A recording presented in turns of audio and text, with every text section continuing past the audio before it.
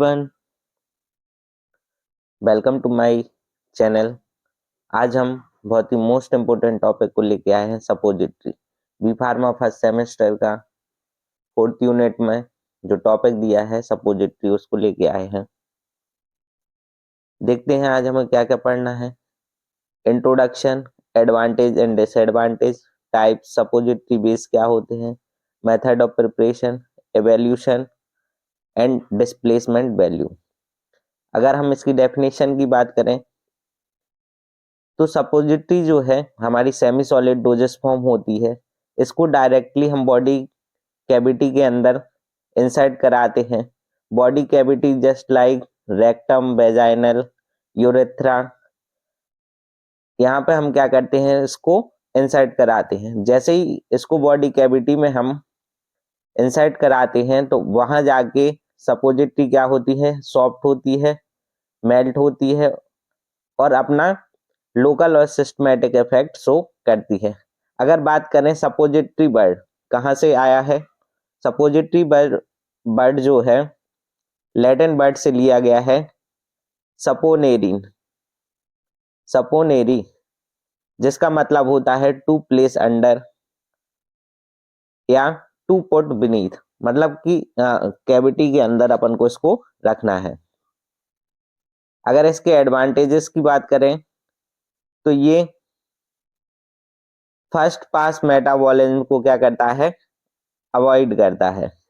ये first pass metabolism को avoid करता है।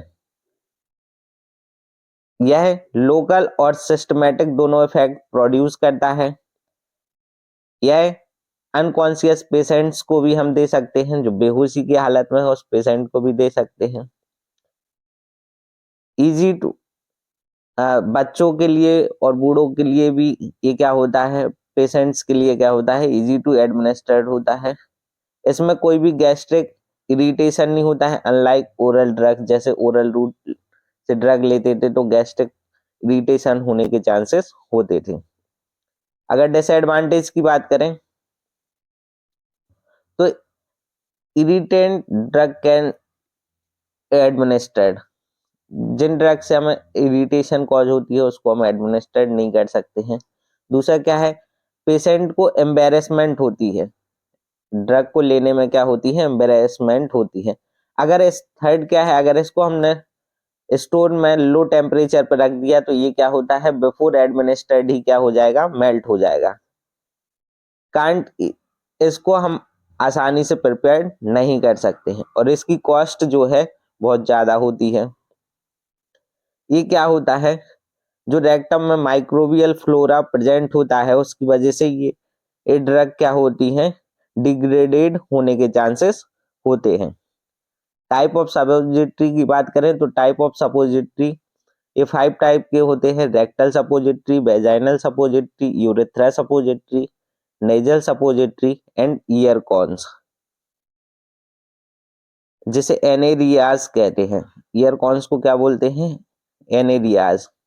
अब हम रेक्टल सपोजिटरी की बात करें तो रेक्टल सपोजिटरीज को हम रेक्टम में एडमिनिस्ट्रेट करते हैं, जो कि हमारी बॉडी में सिस्टमैटिक और लोकल एक्शन प्रोड्यूस करता है।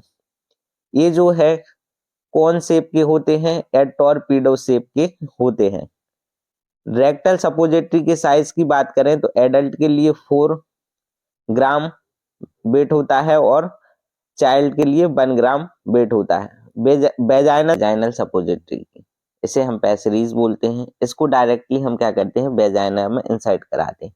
अगर इसके वेट की बात करें तो ये 3 से 5 ग्राम की होती है और ऐसे कॉनिकल रॉड शेप या ओवल शेप के मोल्डेड में इसको हम बनाते हैं। इसका जनरली यूज क्या करते हैं, जो फीमेल्स होते हैं उसमें जो जेनेटो यूरिनरी एरिया में इन्फेक्शन हो जाता है उसको क्या करते हैं, ठीक करने में हेल्प करते हैं। और ये क्या करते हैं, जो वेजाइना में म्यूकस होता है उसको रीस्टोर करने का भी काम करते हैं और ये गर्भ निरोधक करने में भी हेल्प करते हैं। अगर यूरेथ्रा सपोजिटरी की बात करें तो यूरेथ्रा सपोजिटरी जो है यूरेथ्रा में हम इंसर्ट कराते हैं ये बहुत लॉन्ग होता है, सिलेंड्रिकल होता है और इसके अगर वेट की बात करें तो 2 से 4 ग्राम होता है और इसको हम रियरली ही यूज करते हैं। अब नेजल कैविटी, जिसको हम डायरेक्ट नेजल कैविटी में इंसर्ट कराते हैं नेजल सपोजिटरी को, ये सिलेंड्रिकल शेप का होता है। यह ग्लिसरोजिलेटिन बेस से मिलकर बना होता है। यह 9 से 10 सेंटीमीटर लॉन्ग होता है और इसके वेट की बात करें तो ये 1 ग्राम का होता है। ईयर कॉन्स को भी क्या करते हैं, डायरेक्टली हम क्या करते हैं, ईयर्स में इंसर्ट कराते हैं। ये बहुत ही लंबे, थिन और सिलेंड्रिकल शेप के होते हैं। इसके वेट की बात करें तो 1 ग्राम होता है और जनरली इसमें थियोब्रोमा ऑयल को बेस के रूप में यूज करते हैं। अब हम क्या करते हैं, सपोजिटरी बेस। सपोजिटरी बेस क्या होते हैं? सपोजिटरी बेस एक इनएक्टिव व्हीकल्स होता है जिसकी हेल्प से क्या करते हैं, ड्रग को हम सपोजिटरी के रूप में प्रिपेयर करते हैं। ये क्या करता है, जो सपोजिटरी बेस है ये हेल्प करता है उस सपोजिटरी की शेप देने में, ड्रग को रिलीज कराने में और ड्रग को मेल्ट कराने में एट द बॉडी टेम्परेचर। ये सपोजिटरी होते हैं, बेस कहलाते हैं। अगर आइडियल सपोजिटरी बेस की बात करें तो ये नॉन टॉक्सिक और नॉन इरिटेंट होते हैं, रूम टेम्परेचर पर सॉलिड होते हैं और बॉडी टेम्परेचर पर ये क्या हो जाते हैं, मेल्ट हो जाते हैं। अच्छे से ये क्या करते हैं, सपोजिटरी बेस अच्छे से ड्रग को रिलीज कराने में हेल्पफुल होते हैं। ये स्टोरेज कंडीशन पर स्टेबल रहते हैं, कंपैटिबल, ये क्या करते हैं, ड्रग और एडिटिव्स दोनों के साथ कंपैटिबल होते हैं। इसे आसानी से हम मोल्ड में हैंडल कर सकते हैं। टाइप ऑफ सपोजिटरी बेस, ये 3 टाइप्स की सपोजिटरी बेस हैं। फर्स्ट है ओलेजिनियस, जिसको हम फैटी बेस बोलते हैं। ये क्या करते हैं, बॉडी टेम्परेचर पे मेल्ट हो जाते हैं। एग्जाम्पल की अगर बात करें तो कोकोआ बटर, थियोब्रोमा ऑयल जिसे बोलते हैं। दूसरा है वाटर सॉल्युबल या वाटर मिसिबल बेस, एग्जाम्पल में ग्लिसरीनेटेड जिलेटिन और पॉलीइथिलीन ग्लाइकॉल। थर्ड है अपना एमल्सिफाइंग बेस, ये क्या करते हैं, फैटी बेस को क्या करते हैं, मॉडिफाइड करते हैं और इसमें एमल्सिफायर ऐड करते हैं। एग्जाम्पल में बाइट स्पॉल, सपो का। मेथड ऑफ प्रिपरेशन की बात करें तो इसको पहला जो मेथड है प्रिपेयर करने का, हैंड रोलिंग मेथड। ये जो है स्मॉल प्रिपरेशन के लिए अपन यूज करते हैं। अगर स्टेप की बात करें, कौन कौन से स्टेप इसमें इन्वॉल्व हैं, तो पहला है हमें क्या करना है, मटेरियल को बे करना है और मिक्स कर देना है।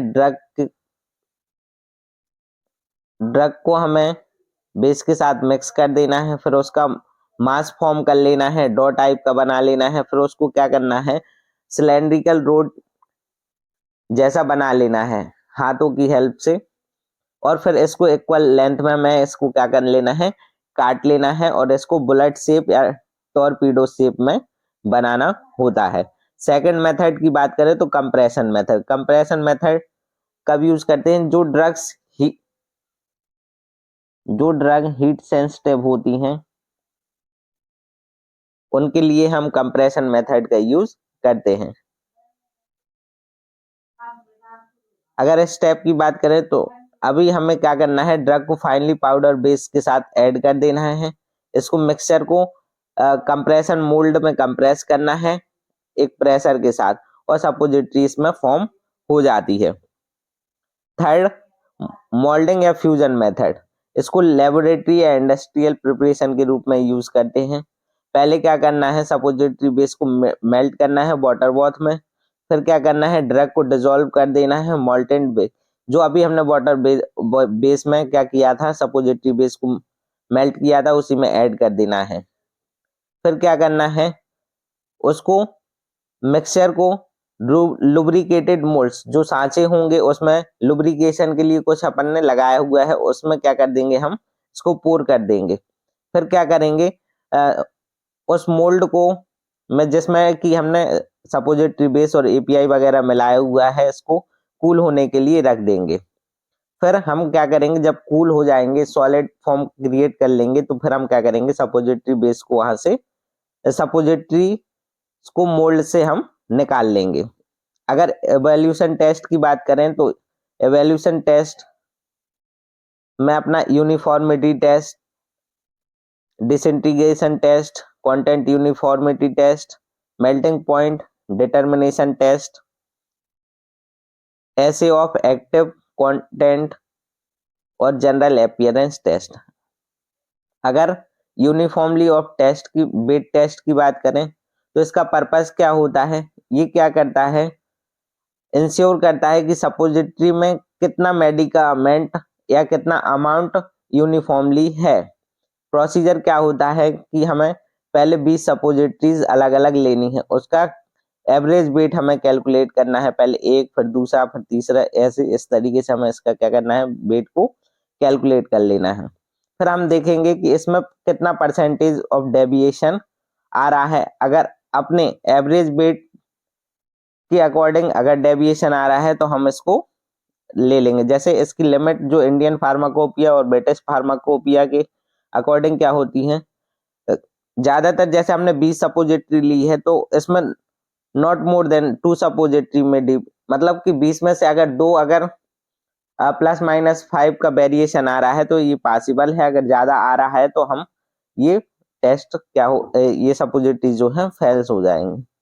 डिसइंटीग्रेशन टेस्ट में क्या होता है कि सपोजिटरी बॉडी की किस कंडीशन में क्या हो रही है, डिसइंटीग्रेट हो रही है।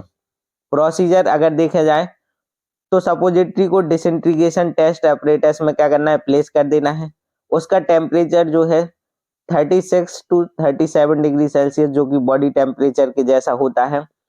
इसके लिए हम क्या करेंगे, वाटर को एज अ बॉडी फ्लूइड के रूप में हम यूज करेंगे।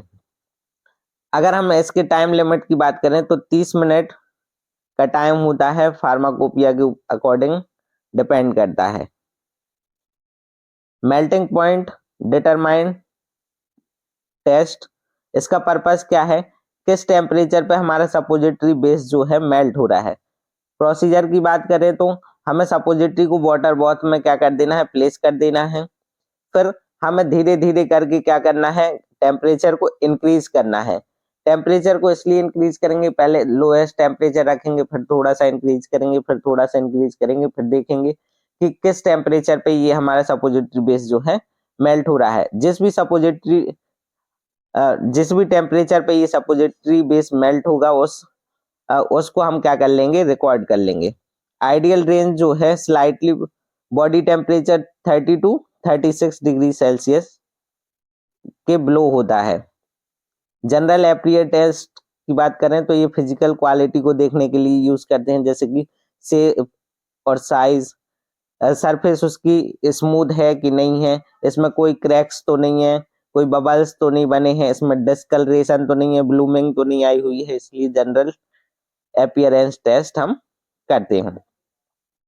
ऐसे ऑफ एक्टिव कंटेंट, कितना एपीआई उसमें प्रेजेंट है, इसका पर्पस क्या होता है कि जो एक्चुअल अमाउंट है एक्टिव फार्मास्यूटिकल इंग्रेडिएंट की, वह हमारी सपोजिटरी में कितनी प्रेजेंट है। तो प्रोसीजर क्या है इसका, हमें सपोजिटरी को सुटेबल सॉल्वेंट में डिसॉल्व कर लेना है, फिर यूवी HPLC मेथड के द्वारा हम इसको एनालाइज करेंगे और ड्रग का कंटेंट कैलकुलेट करेंगे। रेंज क्या होती है, 90 to 110। अगर डिस्प्लेसमेंट वैल्यू क्या है, अब डिस्प्लेसमेंट वैल्यू भी एग्जाम में शॉर्ट में पूछ लिया जाता है 2 नंबर में, डिस्प्लेसमेंट वैल्यू क्या होती है। डिस्प्लेसमेंट वैल्यू को अगर हम डिफाइन करें तो जो नंबर ऑफ पार्ट्स होते हैं ड्रग्स के, वो डिस्प्लेस कर दिए जाते हैं सपोजिटरी के एक पार्ट के साथ। सिंपल वर्ड में अगर हम बात करें तो कितना अमाउंट जो है बेस का रिप्लेस किया जाता है ड्रग के साथ सपोजिटरी फॉर्मुलेशन के दौरान। अब इसके फॉर्मूले की बात करें तो displacement value equal to weight of the drug upon weight of the base displaced. Importance of displacement value, ये क्या करता है, इंश्योर करता है कि सपोजिटरी में डोज एक्यूरेट है कि नहीं है। ये प्रिवेंट करता है कि हमारी मोल्ड्स जो है, साचा जो है उसमें ओवरफिलिंग या अंडरफिलिंग तो नहीं है। ये क्या करते हैं, कैलकुलेट करते हैं exact quantity of base required, जितना है उतना है कि नहीं। Very important for medicated suppositories. Thank you everyone. ऐसे ही मोर अपडेट के लिए हमारे चैनल को फॉलो करें, लाइक करें और सब्सक्राइब करें। Thank you.